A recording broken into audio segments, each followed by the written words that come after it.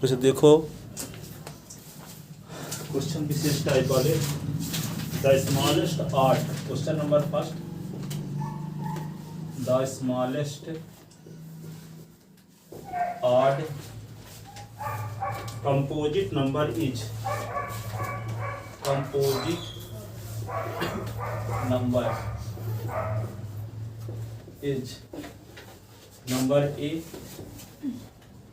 क्या है 3 है, number B 9, number C 5, number D. कौन सा जवाब सही है बताओ। The smallest odd composite number is, composite number किसे कहते हैं जो खुद और एक के अलावा किसी और नंबर से भी कटे, खुद और एक के अलावा किसी और नंबर से भी कटे उसको कहते हैं कंपोजिट नंबर। कौन हो 9, ठीक है, कौन हो गया 9, ये बी नंबर 9। आंसर नीचे लिख लो ताकि मेरे से जानते रहोगे। थोड़ा लिखवाते हैं। We know that composite number are, लिखो नीचे आंसर में लिखने के बाद वी नो दैट, ऐसे क्वेश्चन है वो लिख रहे हो। Composite numbers are those numbers, we know that composite number are those numbers which have, we know that composite number are those numbers which have at least one factor other than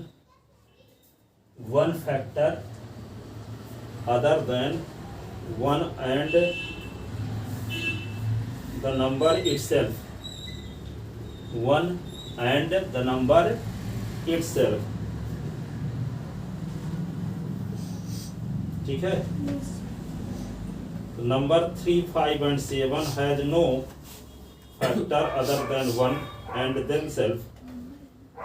The number 3, 5 and 7, the number 3, 5 and 7 has no other factor, has no other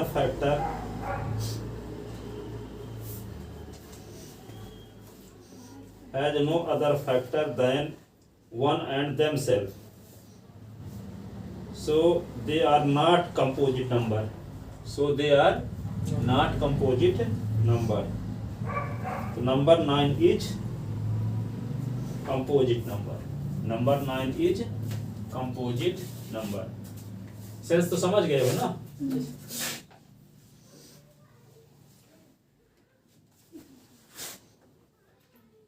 तो question number दूसरा देखो। If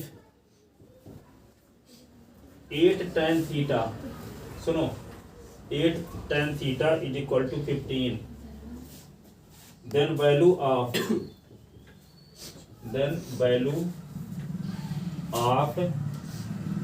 sin theta minus cos theta is, इसको simplify कैसे करोगे। इसका ए number क्या है 7/17, B number क्या है 17/7, सी नंबर क्या है 15/17 और डी नंबर क्या है 8/17, ठीक है। तो यहाँ पे क्या है इसका आंसर निकालते हैं। 8 tan theta is equal to क्या है 15, तो tan theta is equal to क्या लिख दोगे 15/8। tan थीटा का फार्मूला परपेंडिकुलर अपॉन बेस, 15/8, तो p इज इक्वल टू 15 हो गया और b इज इक्वल टू क्या हो गया, b इज इक्वल टू 8 हो गया। तो एच इज इक्वल टू क्या फार्मूला है p का स्क्वायर प्लस b का स्क्वायर। तो H is equal to p की वैल्यू क्या है 15 का स्क्वायर 8 का स्क्वायर। एच की वैल्यू 225, 225 64, 289, 289 के स्क्वायर रूट आप 17 होगा, ठीक है। तो किसकी वैल्यू निकालना है sine theta, sine theta minus, देखो sine theta minus cos theta. Sine theta का फार्मूला क्या होगा perpendicular upon hypotenuse base upon hypotenuse. Perpendicular की वैल्यू क्या है 15, 15/17। अब बेस की वैल्यू क्या है 8/17। तो 8 से 15 से 8 निकला तो 7/17। तो 7/7 ए नंबर सही है आंसर इसका। क्या होगा ए नंबर। अब देखो एक विशेष टाइप का क्वेश्चन है। To cons have their height.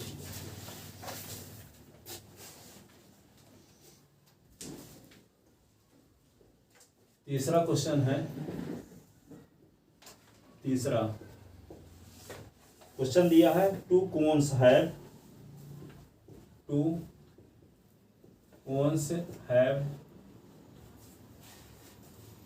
Their height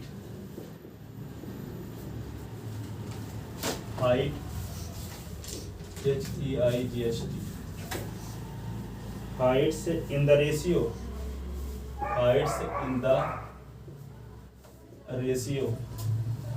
1:4 and radii in the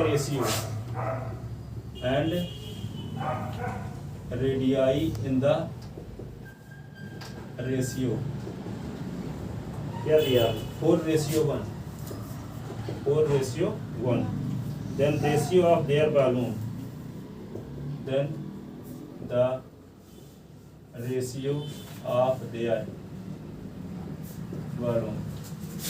दोनों की बालून का रेशियो क्या होगा। Number A 1:4। Number B 4:1। Number C 2:1।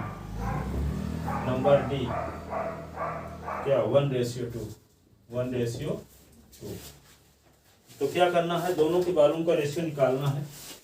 देखो यहाँ हियर गिवन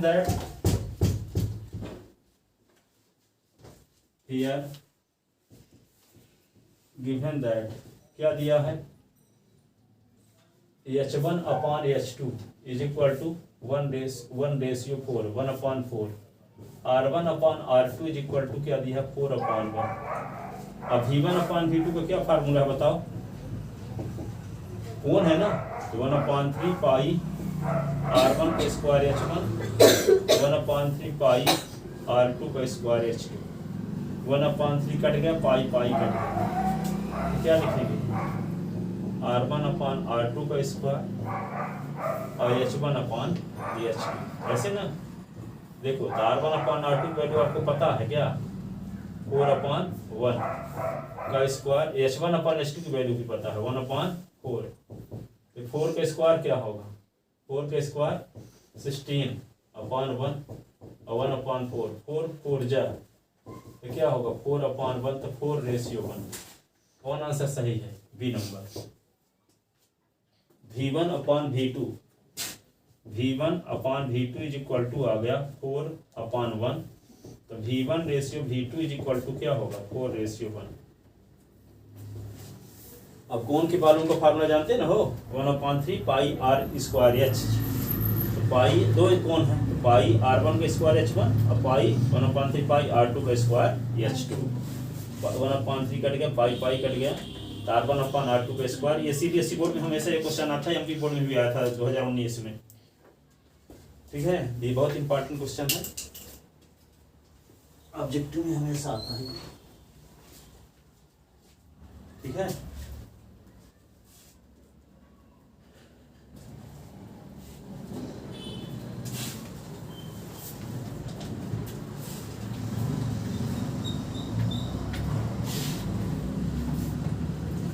देखो अगला क्वेश्चन ये है इस प्रकार से पूछा गया था।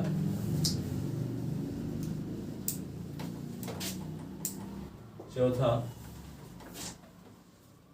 The probability of getting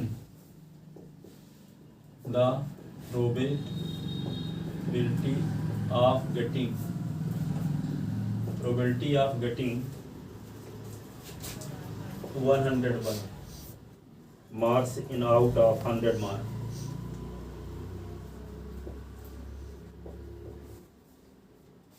marks in out of in out of 100 marks. Each. बताओ 100 में 101 नंबर पाने की कितनी संभावना है? इम्पॉसिबल इवेंट है ना। 100 पूर्णांक को ऐसे पाओगे? इम्पॉसिबल इवेंट की प्रोबेबिलिटी क्या होती है? 0। अब इम्पॉसिबल सीधे सीधे ना पूछ के ऐसे पूछ दिया तो समझ जाओगे सेंस। कहते हैं कि एक डाइस को थ्रो किया जाए तब फेस पर 7 आने की प्रोबेबिलिटी 7 तो आएगा ही नहीं, क्या मानी जाएगी ये? Impossible event. जो इवेंट इम्पॉसिबल होगी तो उसकी प्रोबेबिलिटी क्या होगी? 0। ठीक है, तो आपको समझना पड़ेगा कि इम्पॉसिबल है कि नहीं है। तो 100 में 101 नंबर पाने की कितनी संभावना? 0। इम्पॉसिबल इवेंट है, तो इम्पॉसिबल की इवेंट की प्रोबेबिलिटी क्या होती है? 0। तो यहाँ पे लिखा है, क्या लिखा है? A is equal to 1, B is equal to 1/2, C is equal to 0 और D इज इक्वल टू 2। 2 को किसी इवेंट की प्रोबेबिलिटी हो सकती है क्या? इम्पॉसिबल है, क्योंकि 1 से छोटी होती है। ठीक है, 1 से अधिक हो ही नहीं सकती। तो कौन नंबर सही है? C। लिख लेते ना। द रेशियो, अगला 5 number question. The ratio in which the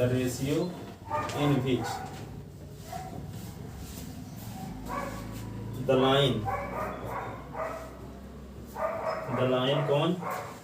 3s plus y minus 9 is equal to 0. Divide the segment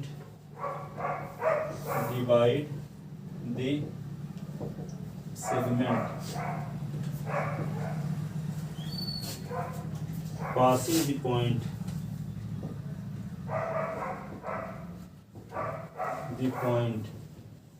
कौन पॉइंट? 1, 3 and 2, 7।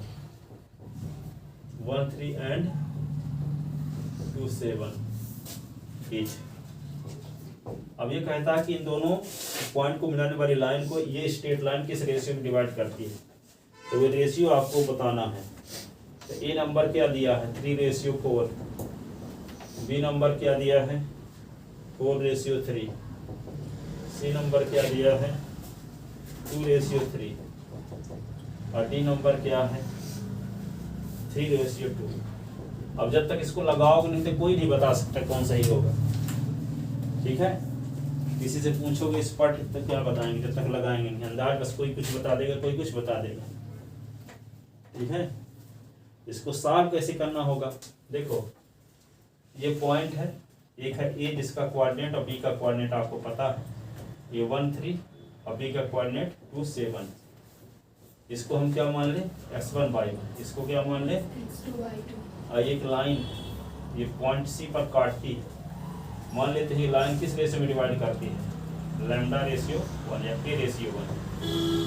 रेशियो निकालने के लिए हमेशा k/1 मानते हैं, तो λ/1 के मानो आप लोग k/1। अभी तक लैम्डा का यूज ना किए होंगे आप लोग, इसलिए k/1 मानते हैं। ठीक है, लेट लाइन फर्स्ट लाइन का इक्वेशन क्या है? 3s plus y minus 9 is equal to 0। Equation first है। मान लेते हैं लाइन फर्स्ट है, लाइन सेगमेंट ए बी को किस रेशियो में डिवाइड करती है? k/1 में। तो सेक्शन फार्मूला से क्या हो जाएगा? k × 2 + 1 × 1 अपॉन k + 1, फिर k × 7 + 1 × 3 अपॉन k + 1। तो सी का कोऑर्डिनेट आ जाएगा। सी का कोऑर्डिनेट के फॉर्म में है और सी कहाँ कंटेन है? लाइन फर्स्ट में कंटेन है। तो सी का कोऑर्डिनेट लाइन के इक्वेशन को क्या करेगा? सेटिस्फाई करेगा। एक्स और वाई के स्थान पे यहाँ पे एक्स और वाई की जो वैल्यू आएगी यहाँ पुट कर देंगे तो के की वैल्यू आ जाएगी। अब के की वैल्यू आएगी तो k/1 की वैल्यू निकाल देंगे तो रेशियो आ जाएगा। तो क्या करेंगे? लिख लो इस प्रकार से, गिवन 2 पॉइंट्स। एक पॉइंट है, क्वेश्चन में भी आ सकता है, ऑब्जेक्टिव भी आ सकता है। x1/1 के स्थान पे क्या दिया है? 1, 3 और b s2/2 के स्थान पे क्या दिया? 2, 7।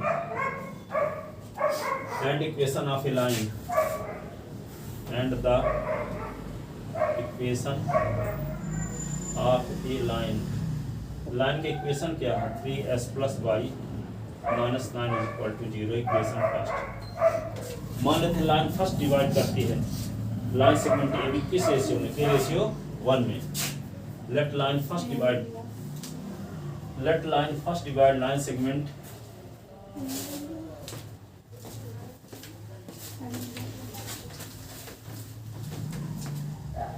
let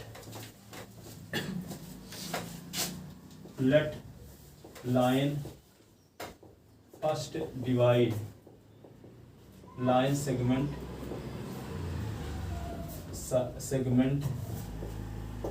AB in the ratio K ratio 1, ठीक है। Let line first divide line segment AB in the ratio K ratio 1, K ratio 1। कहोगे आपको m1 रेशियो m2 क्यों नहीं मानते, क्योंकि यहाँ 2 वेरिएबल है ना। m1 रेशियो m2 की मीनिंग वही होता है, जैसे m1 रेशियो m2 को लिख सकते हैं m1 अपान m2 पे, नहीं लिख सकते, लिख सकते हैं m1 रेशियो m2 पे m1 अपान m2। अब ये जानते हो किसी फ्रैक्शन को हम किसी नंबर से डिवाइड करने के लिए फ्री है, ठीक है, तो हम m2 से डिवाइड कर देते हैं ऊपर नीचे, तो m1 अपान m2 कर दिए और यहाँ भी m2 अपान m2 कर दिए, तो ये कट गया तो क्या आ गया m1 अपान m2, और अपान 1 आया कि नहीं आया, m2 कट गया।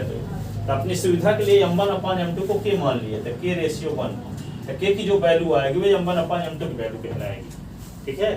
तो यहाँ 2 वेरिएबल था m1 और m2 था, तो हम एक वेरिएबल में कन्वर्ट कर लिए, क्योंकि 2 वेरिएबल रहेगा तो वैल्यू निकालना असंभव रहेगा, इसलिए 2 वेरिएबल को एक वेरिएबल में कन्वर्ट कर लिए, एक वेरिएबल की वैल्यू निकालना आसान है। तो k की वैल्यू जो निकालोगे, k की वैल्यू किसकी वैल्यू कहलाएगी, m1 अपान m2, ठीक है। तो हमेशा जब रेशियो निकालना रहेगा तो क्या माना करोगे, k रेशियो 1, क्या माना करोगे, k रेशियो 1, ठीक है। कहाँ गया कपड़ा रखो फेंक दिए, चल इधर रखा।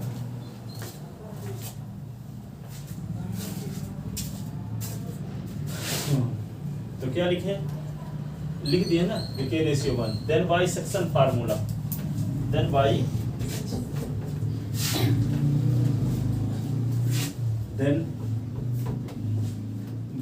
Section formula. सेक्शन फार्मूला तो आप लोग पढ़े हो ना, सी का कोऑर्डिनेट क्या होता है सेक्शन फार्मूला से, याद है किसी को, सेक्शन फार्मूला है क्या, बोलो, याद ही नहीं है, m1x2 plus m2x1 upon m1 plus m2, m1 by 2 plus m2 by 1 upon m1 plus m2। तो m1 इज इक्वल टू क्या है यहाँ k, और m2 is equal to 1, k into 2 plus 1 into 1 upon k plus 1, फिर k into 7 plus 1 into 3 upon k plus 1, C X Y. तो क्या लिखते हैं, k into 2 plus 1 into 1 upon k plus 1, अब k into 7 1 into 3 upon k plus 1, C X Y 2k plus 1 upon k plus 1, 7k plus 3 upon k plus 1, ऐसे आ गए। 80 कहाँ contain है, line first, since point C lies in line first, since point C is also lies LIES in line first, so coordinate of each point will be, so coordinate of if point, जैसे अब ratio निकालते चाहे language फिर ना लिखना, फटाफट satisfy करा दो। अब क्वेश्चन में आता है तो इस प्रकार से लिखना पड़ेगा, इसीलिए हम बता रहे हैं कि ऑब्जेक्टिव में आए चाहे क्वेश्चन में आए, आता है हमेशा, ठीक है। तो since point C is also lies in line first, so coordinate of it point will be, it point will be satisfy the equation of line first 3 into s के स्थान पे क्या लिख दें 2k + 1 अपॉन k + 1 y के स्थान पे 7k + 3 upon k + 1 -9 upon 1 = 0।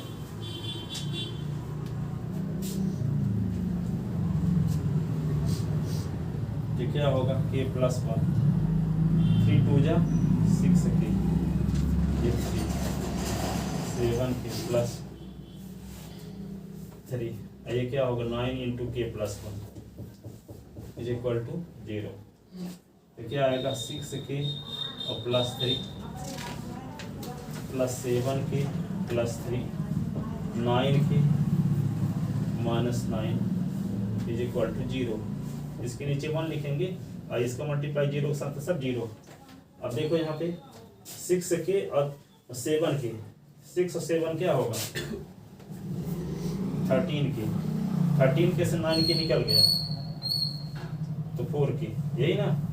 और ये 3 और 3 6 और -9 तो -3 = 0। तो क्या आएगा 4k = 3 तो k = 3/4।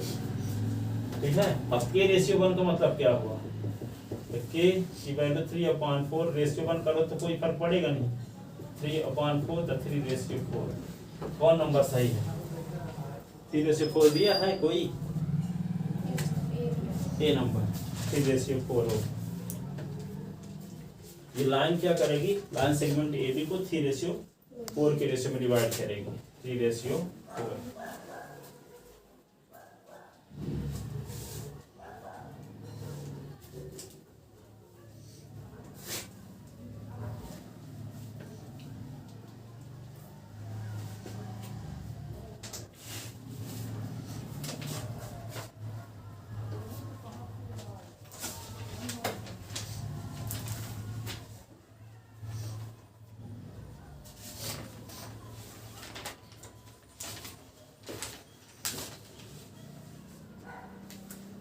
ना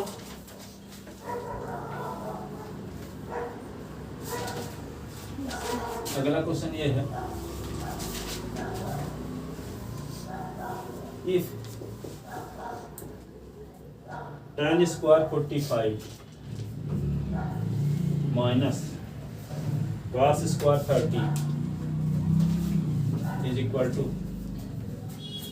= x into sin 45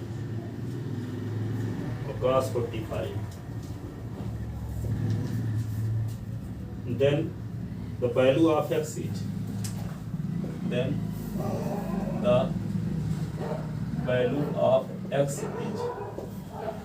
ठीक है। ये वैल्यू तो आपको हर हाल में याद होनी चाहिए। वैल्यू यदि याद नहीं है तो इसका मतलब आप ABCD नहीं जानते मैथ का ट्रिग्नोमेट्री का। ठीक है। उसमें s की वैल्यू आपसे पूछ रहा है पता चला आपकी वैल्यू है नहीं जानते उल्टा पुल्टा लिख के चले आए। आपको बताया ना तो 0 से 4 तक नंबर लिख लो ये बताया थे एक दिन 0 1 2 3 4 सबको 4 से डिवाइड कर दो। सबको 4 से डिवाइड करने के बाद जो कटता है उसको काट दो। काट दिए 2 1 जा 2 2 जा ये तो 0 में 4 करो तो 0 रहेगा 1/4 रहेगा 1/2 रहेगा 3/4 रहेगा 1 और सब में रूट लगा दो। सब में रूट लगाओ तो क्या आएगा 0 का स्क्वायर रूट ऑफ 1 का 1 और 4 का 2 1 का 1 2 का नहीं पता था रूट। गूगल पे फॉर बिजनेस में 5 रुपए मिले। तो साइन की वैल्यू आ गई किसकी वैल्यू आ गई साइन की। तो साइन यहाँ पे 0 है तो साइन 0 की वैल्यू है ये इसकी वैल्यू है ये साइन 0 की ये साइन 30 की ये साइन 45 की साइन क्या है 60 की ये साइन 90 45 का तो यूज हुआ है हर एक स्थान पे नहीं यूज हुआ है काश भी आ गया।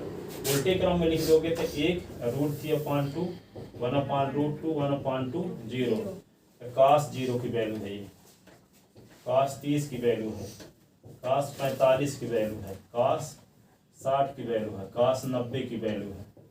साइन काश का तो यूज हुआ है tan 45 चाहिए आपको ना tan 45 को क्या लिखोगे, sin 45 अपॉन cos 45। तो sin 45 वैल्यू क्या है 1/√2 और cos 45 1/√2, ये कट गया तो 1 आ गया। ठीक है, तो tan 45 वैल्यू क्या हो गई 1। अब किसकी जरूरत है, cos 30 की वैल्यू। cos 30 आपको पता है √3/2। ये सब वैल्यू इसमें रखोगे तो s की वैल्यू क्या होगी, ए नंबर देखो ऑब्जेक्टिव है ये भी,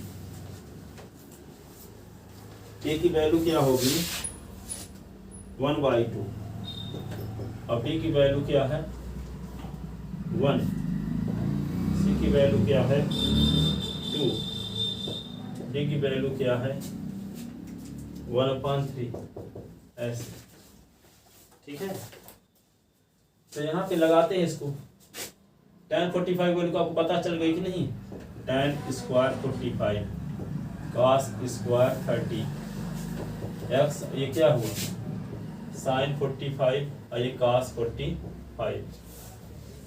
tan 45 वैल्यू 1 तो 1 का स्क्वायर, cos 45 वैल्यू √3/2 का स्क्वायर x, sin 45 की value 1/√2, cos 45 value 1/√2, 1 3/4 x into 1/2।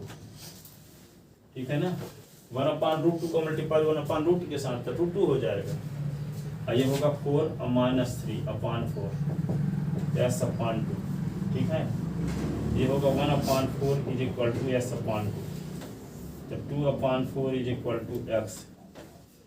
ठीक है, 2 1 जा और 2 2 जा, s इज इक्वल टू 1/2। कौन आंसर सही है, ए नंबर। s की वैल्यू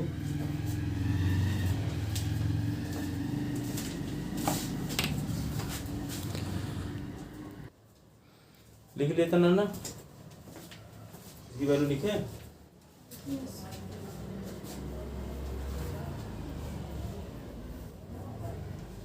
अगला क्वेश्चन देखो,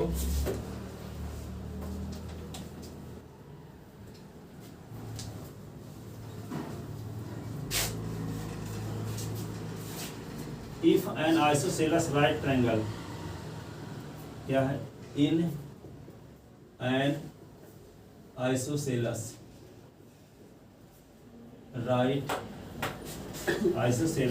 right angle triangle, right angle triangle,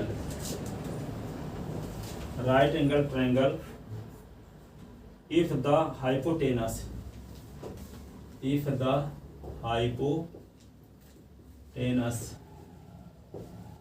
the hypotenuse is 6√2 centimeter,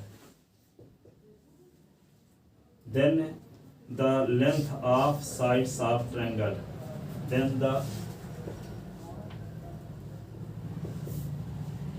length of sides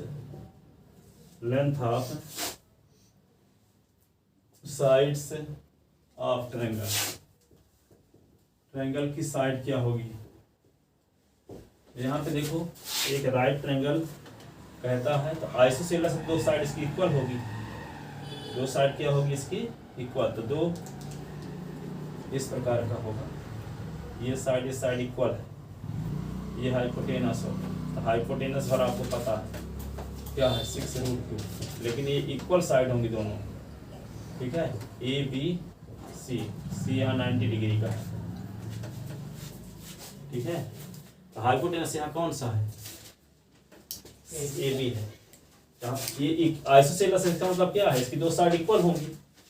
BC की लंबाई हम क्या मान लेते हैं, बीसी की लेंथ x, तो एसी भी x होगी कि नहीं, क्योंकि आइसोसेलस तो दो साइड क्या होंगी इक्वल होंगी। ठीक है, तो क्या होगा बाई पीजीटी से क्या होगा, यहाँ पे ए बी का स्क्वायर इज इक्वल टू होगा ए सी का स्क्वायर प्लस बी सी का स्क्वायर। ए बी 6√2 आपको पता है, इसका स्क्वायर कर दे, ये हो गया एक्स स्क्वायर, ये एक्स स्क्वायर, तो 6√2 दो बार लिखो,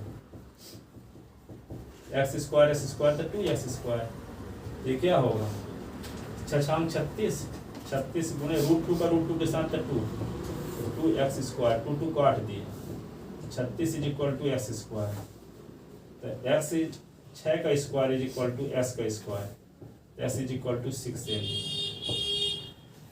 इसकी साइड क्या होगी 6 सेंटीमीटर,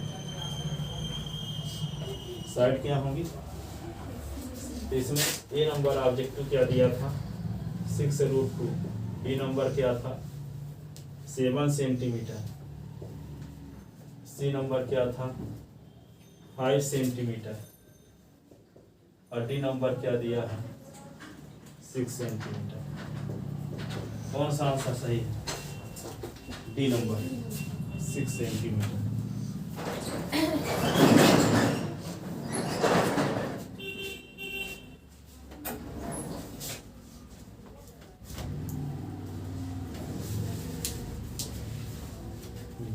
अब देखो आगे,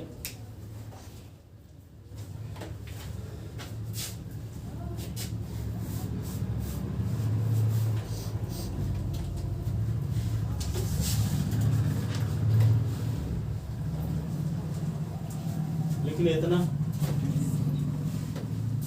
अगला क्वेश्चन ये है, if radius of circle, if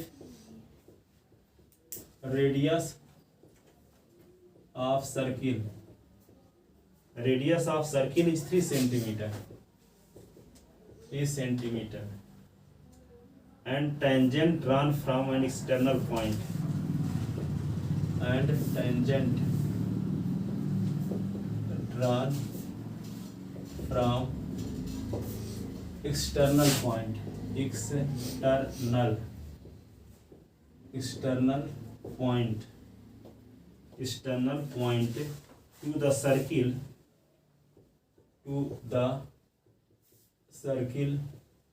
is 4 centimetre. Tangent line की लेंथ भी पता है 4 सेंटीमीटर, ठीक है। Then the distance between,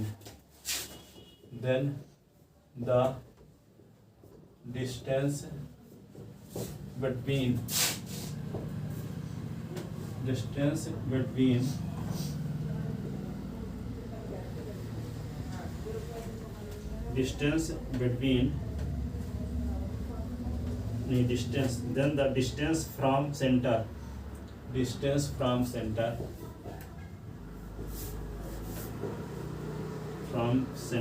of circle to the external point, external point is, इसका मतलब ये हुआ एक सर्किल है इस प्रकार का,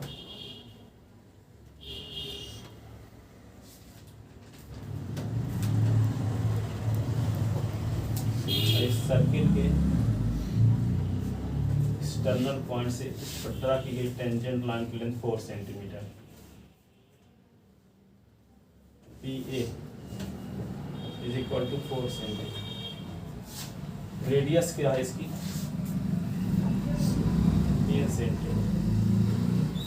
इसमें क्या निकालना होगा आपको, जानते हो कि रेडियस टेंजेंट पर परपेंडिकुलर होती है कि नहीं, रेडियस क्या होती है टेंजेंट पर परपेंडिकुलर, तो यहाँ एंगल क्या होगा 90, ये परपेंडिकुलर होगा, ये क्या होगा बेस, और ये क्या होगा हाइपोटेनस, क्योंकि 90 डिग्री के अपोजिट साइड को क्या बोलते हैं हाइपोटेनस। तो आपको निकालना क्या है, सेंटर की पी से डिस्टेंस निकालना है, हाइपोटेनस है निकालना है आपको, ठीक है। रेडियस तो परपेंडिकुलर होती है टेंजेंट पे, तो रेडियस आपको 3 सेंटीमीटर पता है, टेंजेंट लाइन की लेंथ भी 4 सेंटीमीटर पता है। तो कहता है कि एक्सटर्नल पॉइंट की सेंटर से डिस्टेंस कितनी, एक्सटर्नल पॉइंट की सेंटर से डिस्टेंस कितनी, तो क्या निकालोगे आप, इधर PA इज इक्वल टू क्या दिया 4 centimetre, OA is equal to क्या दिया 3 सेंटीमीटर, तो 2 फाइंड OP आपको निकालना, ठीक है। तो 90 डिग्री के सामने की साइड को क्या बोलेंगे hypotenuse. Since radius is radius is perpendicular to tangent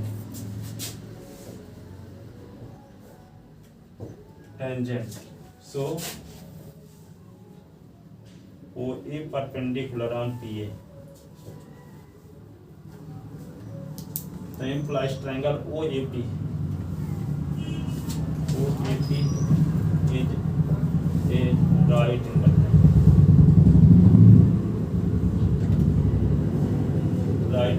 triangle.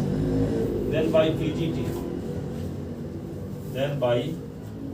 PGT से क्या होगा OP का square is equal OP is equal to under root OA का स्क्वायर क्या PA का square OP is equal to OA क्या पता है आपको 4 तो 4 का स्क्वायर प्लस 3 का square OP is equal to क्या होगा 16 और 9 और 16 9 क्या होता है 25 स्क्वायर रूट ऑफ 5 आ गया।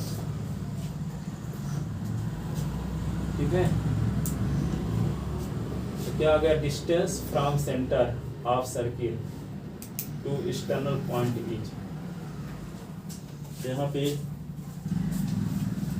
आंसर क्या क्या दिया था A is equal to 3 B is equal to 2 C is equal to 5 centimetre और डी इज इक्वल टू क्या 4 सेंटीमीटर। कौन आएगा आंसर सही सी नंबर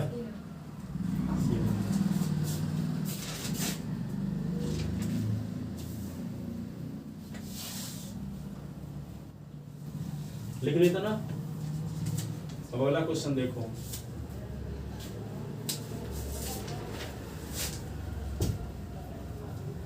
क्वेश्चन ये है if median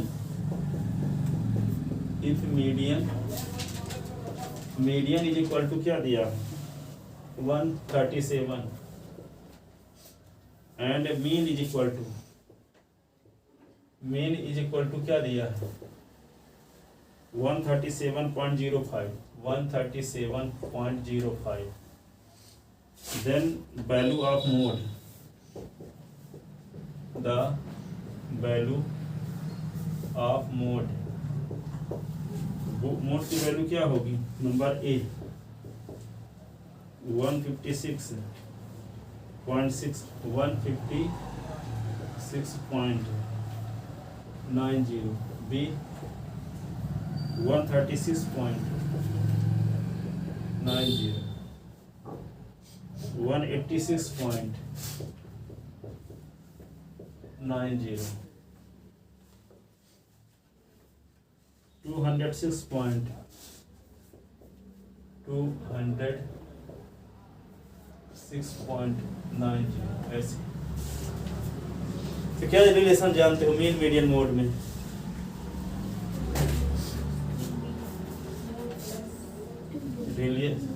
याद है ना 3 into मीडियन 2 into मीन जो वैल्यू आपको पता है निकालना मीडियन ना मीडियन मीन पता है मीडियन के स्थान पे 3 गुणे 137 मोड लिख दो मोड तो निकालना है ना 2 into मीन क्या दिया है 137.05 तो 3 से 1 जा 21 3 3 जा 9 और 2 11 और 3 1 जा 3 ये 4 मोड 137 का आधा क्या दुगुना क्या होगा 37 दूना 74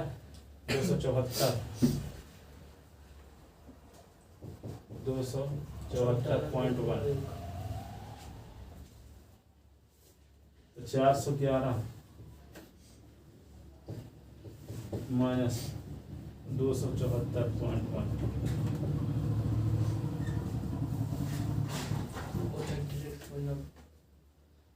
411 से घटाओ ना 411.0